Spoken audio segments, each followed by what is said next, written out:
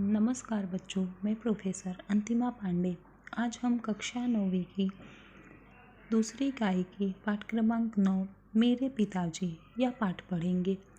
इस पाठ के लेखक डॉक्टर श्री हरिवंश राय बच्चन जी हैं। बच्चों, आप सभी को तो पता होगा कि डॉक्टर श्री हरिवंश राय बच्चन जी कौन थे।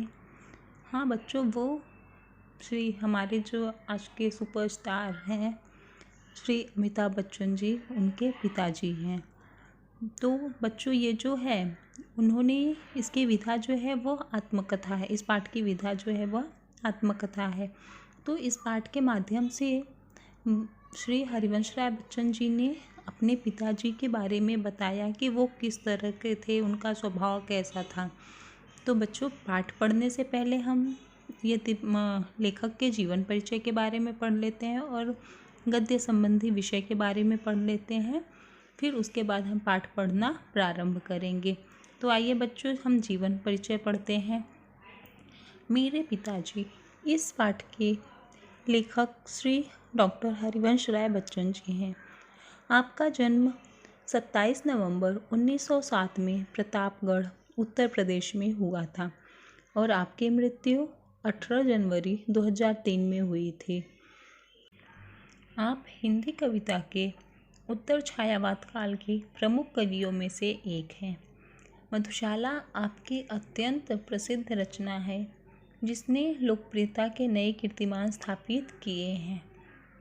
आपकी प्रमुख कृतियाँ जो है मधुशाला, मधुकलश, निशा निमंत्रण, एकांत संगीत, आकुल अंतर, खादी के फूल, हलाहल, धार के इधर उधर आदि ये सब कविता संग्रह है।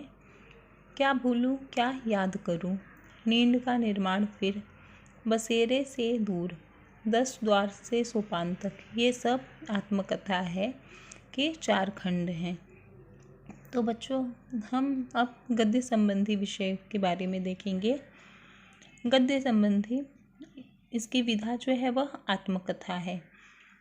आत्मकथा यानी जब लेखक खुद के स्वयं के बारे में लिखते हैं तो उसे आत्मकथा कहा जाता है। तो यहाँ पर लेखक स्वयं के बारे में और उनके पिताजी के बारे में बता रहे हैं, तो इसीलिए इसे आत्मकथा कहेंगे। हिंदी साहित्य में गद्य की एक विधा है। आत्मकथा में व्यक्ति स्वयं अपने जीवन की कथा स्मृतियों के आधार पर लिखता है। निष्पक्षता आत्मकथा का आवश्यक पक्ष है। प्रस्तुत पाठ के माध्यम से आपने अपने पिताजी के रहन सहन, व्यक्तित्व, दृढ़ता, स्वाभिमान, कर्तव्य निष्ठा आदि गुणों के साथ साथ देश काल परिस्थिति एवं स्वयं में आए संस्कारों एवं परिवर्तनों को प्रभावी ढंग से चित्रित किया है। तो बच्चों, आइए हम अब मेरे पिताजी यह पाठ पढ़ना प्रारंभ करते हैं। ध्यान दीजिएगा बच्चों। पायनियर प्रेस में प्रताप की समय की पाबंदी, शुद्ध स्वच्छ लिखावट, सही साफ हिसाब किताब रखने की आदत, विनम्र निश्चल व्यवहार ने बहुत जल्दी उनको विशिष्टता दे दी। अपना काम खत्म कर वे सहयोगी क्लार्कों का पिछड़ा काम भी अपनी मेज पर रख लेते और दफ्तर बंद हो जाने के घंटों बाद देर रात तक काम में जुटे रहते। इस प्रकार वे अधिकारियों और सहकर्मियों दोनों के प्रिय बन गए। घर से दफ्तर 4 मील दूर होगा, कुछ कम भी हो सकता है। फासले के मामले में मेरा अनुमान हमेशा गलत होता है, ज़्यादा की तरफ। वे पैदल ही आते जाते, शायद पैसे बचाने की गरज से। साइकिल न उन्होंने ली, न खरीदी और न उसकी सवारी की। लेखक बता रहे हैं कि पायनियर प्रेस में उनके पिताजी जो थे, यानी उनका नाम प्रताप था, उनके पिताजी एकदम समय के बहुत ही पाबंद थे, यानी जो भी काम करते वो एकदम समय पे करते थे। उनकी शुद्ध स्वच्छ लिखावट यानी उनकी हैंडराइटिंग बहुत ही अच्छी थी और जो भी वो काम करते थे वो एकदम सही और साफ करते थे और कोई भी अगर हिसाब किताब करते तो वो भी अच्छे तरीके से रखते थे। उनका व्यवहार जो था एकदम विनम्र निश्चल थे, यानी एकदम पोलाइट थे। वो किसी से भी बात करते एकदम पोलाइटली बात करते थे, एकदम बिल्कुल भी रूडली बात किसी से भी वो नहीं करते थे। तो इस तरह से उनका जो नेचर था, उनका इस तरह का व्यवहार देखकर वो बहुत ही जल्दी वो एकदम सब में एकदम विशिष्ट बन गए, यानी विशेष बन गए।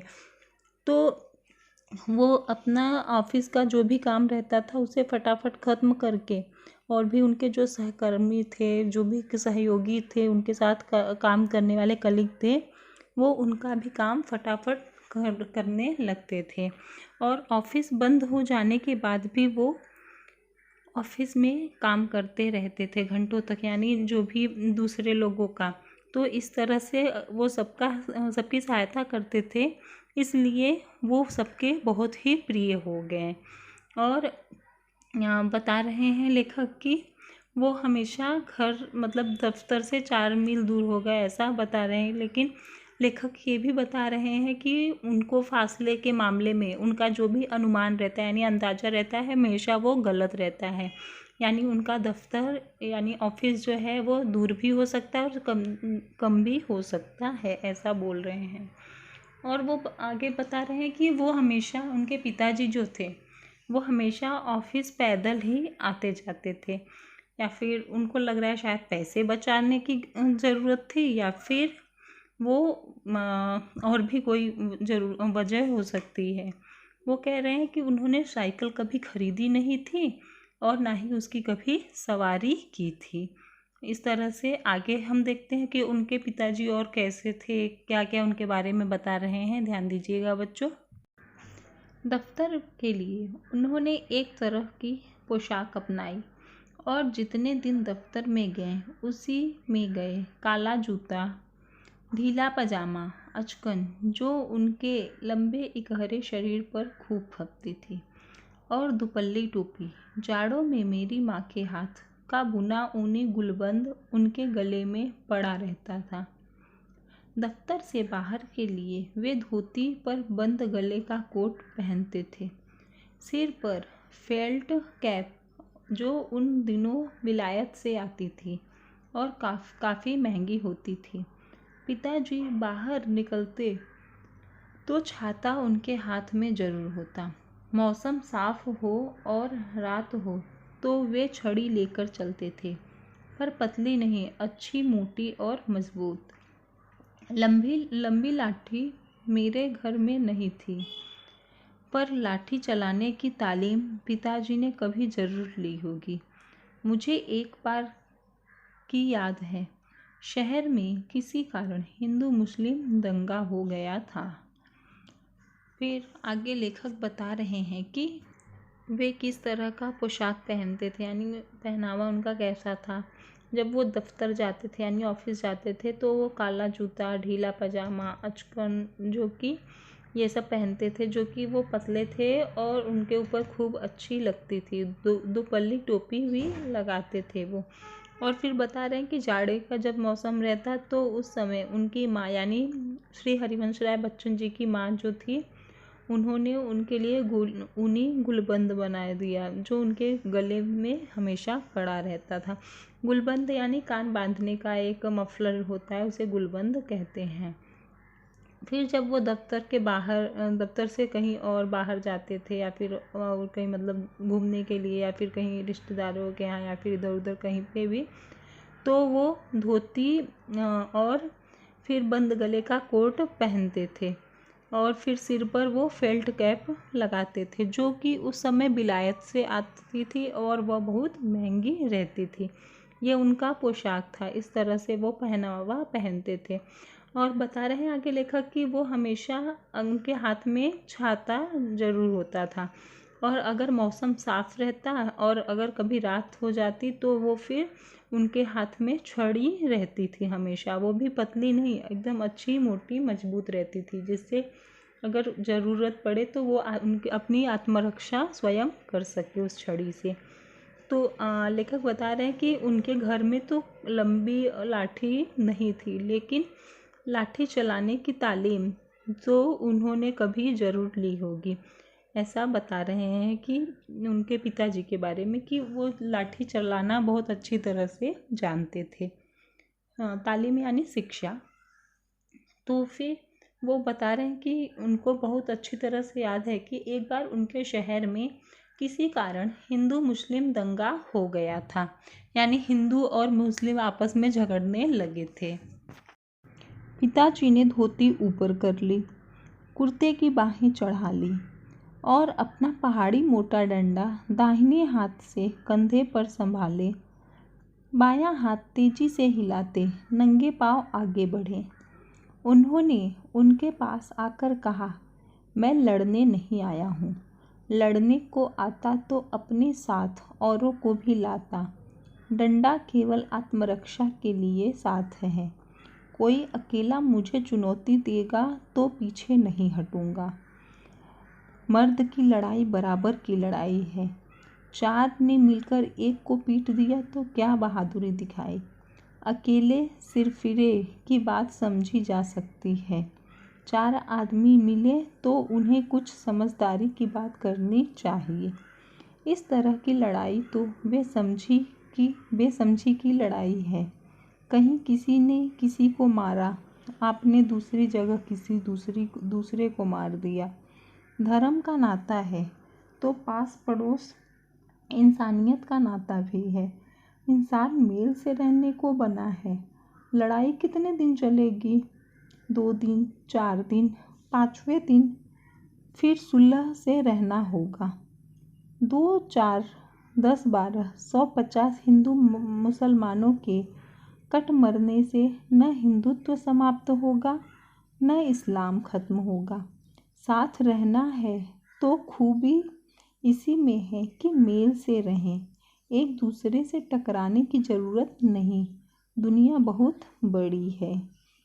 पिताजी की इस बातों का असर हुआ। उन दंगे में फिर कोई वारदात नहीं हुई।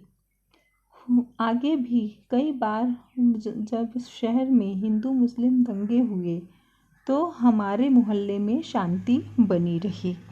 लेखक बता रहे हैं कि जब एक बार हिंदू मुस्लिम दंगा हुआ था तो उनके पिताजी वहाँ पर, जहाँ पर दंगा हो रहा था, वहाँ पर पहुँच जाते हैं और वो धोती एकदम ऊपर कर लेते हैं और कुर्ते की बाह को चढ़ा लेते हैं। हाथ में एक पहाड़ी मोटा डंडा लेकर वहाँ पर जाते हैं और वहाँ पर जाकर उन लोगों से कहते हैं कि मैं यहाँ पर झगड़ा या मारपीट करने, लड़ाई करने नहीं आया हूँ।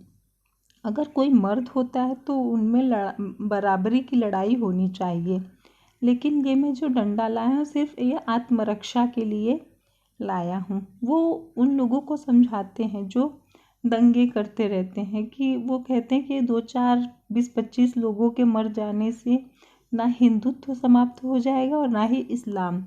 तो इस तरह से अगर हम लड़के कुछ लोग मरेंगे तो इसमें इंसानियत ही ख़त्म होगी और बाकी तो जो है वो आज नहीं कल फिर से मिल जाएंगे और ऐसा ही चलता रहेगा। तो इसलिए हमें मिलजुल कर रहना चाहिए, न कि दंगा फसाद करना चाहिए। लेखक बता रहे हैं कि उनके इस तरह की बातों का उन लोगों पर इतना असर हुआ कि अगर फिर कभी शहर में हिंदू मुस्लिम को लेकर दंगा हुआ तो भी उनके मोहल्ले में शांति बनी रहती, यानी उनके मोहल्ले के कोई भी लोग दंगा फसाद या झगड़ा लड़ाई करने नहीं आते थे। ऐसा लेखक अपने पिताजी के बारे में बता रहे हैं। आगे का परिच्छेद पढ़ती हूँ, ध्यान दीजिएगा बच्चों। मेरे पिताजी का दैनिक जीवन प्रायः एक ढर्रे पर चलने वाला नियमबद्ध और नैमित्तिक था। वे सवेरे 3 बजे उठते, शौचालय से निवृत्त होते और ठीक 3:30 बजे गंगा स्नान के लिए चले जाते। पैदल आते, गंगा जी घर से 3-4 मील के फासले पर होगी। वे ठीक 6:30 बजे नहाकर लौटते, साथ में एक सुराही गंगा जल भी लाते और पूजा पर बैठ जाते। पूजा के लिए जीने के नीचे एक छोटी सी कोठरी थी। जीने यानी सीढ़ी।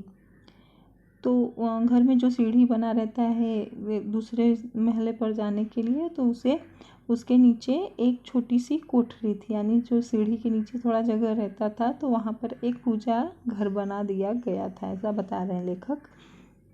तो बता रहे हैं कि वहाँ पर एक कोठरी थी, बगल की दीवार में एक अलमारी थी, उस पर एक बस्ते से बंधी 2 पुस्तकें रखी रहती, एक रामचरितमानस और दूसरी गीता। पूजा की कोठरी में कोई मूर्ति न थी। दीवार से राम, कृष्ण, शिव, गणेश, हनुमान, सरस्वती, लक्ष्मी, दुर्गा की शीशे जड़ी छोटी छोटी तस्वीरें लटकी थी। पिताजी को बहुत झुककर उस कोठरी में जाना होता और अब वे उसमें बैठ जाते तो बस इतनी ही जगह बचती कि सामने रेहल रखकर उस पर पोथियाँ खोली जा सके। वे मानस का नवाहिक पाठ करते थे, यानी प्रतिदिन इतना कि 9 दिन में पूरी रामायण समाप्त हो जाए। उनकी मानस की पोथी में जो अब तक मेरे पास है, उन्हीं के हाथ में नवाहिक के निशान लगे हैं। पाठ वे सस्वर करते थे। लेखक बता रहे हैं कि उनका जो जीवन था, प्रायः दैनिक जीवन यानी रेगुलर का जो रूटीन था, उनका सब एक ही ढर्रे पर था, यानी एक ही जैसे वो नियमबद्ध थे, एकदम जो भी काम करते थे वो नियमित करते थे। वो उनके पिताजी सुबह 3 बजे उठ जाते थे और शौच करने के बाद वो 3:30 बजे तक गंगा स्नान के लिए चले जाते थे। वो गंगा स्नान करके वापस 6:30 बजे आते थे, क्योंकि गंगा 3-4 मील दूर थी उनके घर से, तो वो पैदल जाते थे और वहाँ पे गंगा स्नान करते थे और वहाँ से पैदल आते भी थे। तो आते आते उनको गंगा स्नान के बाद 6:30 बज जाता था और वो पूजा के लिए बैठ जाते थे। तो पूजा घर में जो था एक कोठरी, मतलब सीढ़ी के नीचे एक कोठरी छोटा सा था, वहाँ पे ही पूजा घर बनाया गया था। तो वो कोठरी जो थी बहुत ही छोटी थी। तो सब वहाँ पे सभी देवी देवता के फ़ोटो जो हैं वह दीवार पे लगे हुए थे और बाकी जो थे वहाँ उनके बैठने के अलावा आगे थोड़ा इतना ही जगह बचता कि वो रेहल रखकर रामचरितमानस का पाठ कर सके, इतना ही जगह बचा था। वो रामचरितमानस का नवाहिक पाठ करते थे। नवाहिक यानी जो कि 9 दिनों में समाप्त हो जाए, इतना करते थे कि जो थोड़ा थोड़ा से करके पढ़ते थे, जिससे कि पूरा पाठ जो है वो 9 दिनों में समाप्त हो जाए। वो उनको एकदम सस्वर था, ऐसा बोल रहे हैं, और एकदम वे उनका पाठ एकदम सस्वर करते थे। आगे फिर क्या है वो बता रहे हैं अपने पिताजी के बारे में। पढ़ती हूँ, ध्यान दीजिएगा बच्चों। उनकी आवाज़ सुरीली नहीं थी, गाते मैंने उनको कभी नहीं सुना, पर उनका सस्वर साफ सप्राण और लयपूर्ण था और कोठरी से निकली उनकी आवाज़ सारे घर में गूंजती थी। आवाज़ की पहली स्मृति मुझे उन्हीं के मानस पाठ के स्वर की है और जब तक मैं उनके साथ रहा, प्रतिदिन उनके पास का स्वर मेरे कानों में गया। मैं कल्पना करता हूँ कि सौरी में जन्म के पहले दिन से ही मैंने उनका पाठ स्वर सुनना शुरू कर दिया होगा। सौरी पूजा की कोठरी के सामने दालान के एक सिरे पर बनाई जाती थी। राधा बताया करती थी कि जब मैं बच्चा था तब चाहे कितना ही रोता क्यों न हो, जैसे ही मेरा खटोला पूजा की कोठरी के सामने लाकर डाल दिया जाता था, मैं चुप हो जाता था, जैसे मैं भी पिताजी का मानस पाठ सुन रहा हूँ। मेरी माता तथा परिवार के अन्य लोग इसमें मेरे पूर्व जन्म के धार्मिक संस्कार की कल्पना करते थे। अब मैं ऐसा समझता हूँ, यह मेरे पिताजी के स्वर की लिफ्ट या लय थी जो मुझे शांत कर देती थी। इतना मैं ज़रूर मानता हूँ कि इन श्रवण संस्कारों ने उस समय अद्भुत रूप से मेरी सहायता की होगी जब मैं गीता को जनगीता का रूप दे रहा था। अवधी भाषा में मैंने मानस की शैली में अज्ञात रूप से मेरे अवचेतन और ज्ञान रूप से मेरे चेतन की शिरा शिरा मानस की ध्वनियों से भीगी हुई थी।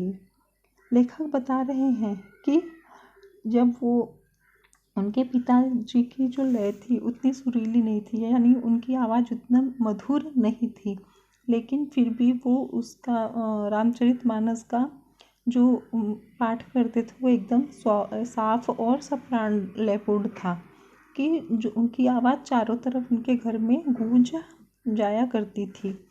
तो इसके लिए लेखक बता रहे हैं कि आगे जब वो पैदा हुए थे, यानी जब सौरी में थे, सौरी यानी 12 दिन का जो होता है उसे सौरी बोलते हैं। जब बच्चे पैदा होने के पहले दिन से 12 दिन का सौरी बोला जाता है उस दिन को। तो उस समय बच्चा जो पैदा होता है वो और उसकी माँ उसी घर में रहते हैं, कहीं बाहर नहीं निकलते, तो इसलिए उसे सौरी कहा जाता है।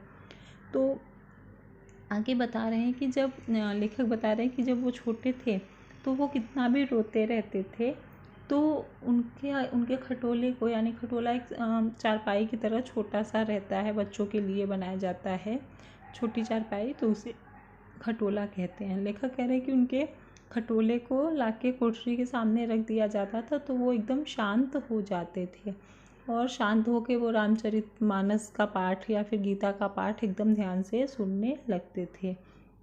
या फिर उनके घर के जो उनकी दादी माँ सब लोग थे, तो वो कहते कि ये इसके पूर्व जन्म का मतलब धार्मिक संस्कार है जो कि ये इन सब पाठ को इतना ध्यान से सुनता है। लेकिन लेखक बता रहे हैं कि उसमें अब मुझे ये समझ में आया कि वो उनके पिताजी के स्वर जो थे उनका ही प्रभाव था कि वो उनके स्वर को सुनकर एकदम शांत हो जाते थे। आदि ये सब बातें वो बता रहे हैं। लेखक बता रहे हैं कि बचपन में जो वो इतना ध्यानपूर्वक सुनते थे तो शायद उसका ही असर वो आज के समय में दिख रहा है, यानी वो इस तरह से उनकी कृतियों में दिखाई दे रहा है कि वो अवधी भाषा और मानस की शैली में मतलब किस तरह से उन्होंने अचेतन और याद रूप में उनके चेतन शिरा मानस की ध्वनियों से भीगी हुई थी। ऐसा वो बता रहे हैं कि उनका जो भी वो लेखन कार्य करते थे तो वो उस लेखन कार्य में जो भी थी वो ज़्यादातर अवधी भाषा में होती थी, ऐसा लेखक बता रहे हैं। फिर आगे का भाग जो है, क्या उनके पिताजी और क्या क्या थे उनके पिताजी के गुण और उनके पिताजी के गुण का किस तरह से लेखक के जीवन पर असर हुआ, वो हम भाग 2 में पढ़ेंगे। ये वीडियो समाप्त हुआ। धन्यवाद बच्चों। आगे का हम पाठ दूसरे भाग में देखेंगे। बाय बाय बच्चों। स्वस्थ रहें, अपना ध्यान रखें। धन्यवाद।